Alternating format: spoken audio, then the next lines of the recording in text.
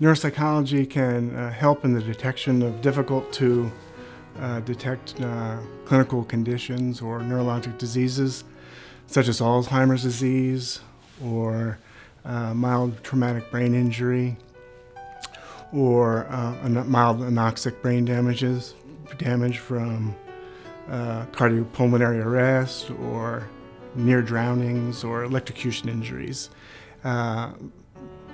We determine what the cognitive consequences of those brain injuries or diseases are by looking across a variety of different cognitive domains, such as language and memory and spatial functions and perceptual abilities and so forth.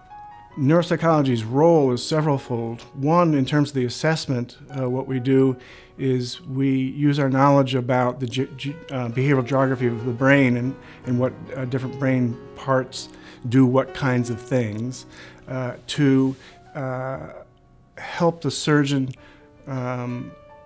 localize language, to determine if there's any asymmetries in their memory functions, so that if the patient were to have a resection of a certain portion of their brain, our information could help guide the extent of that excision or resection.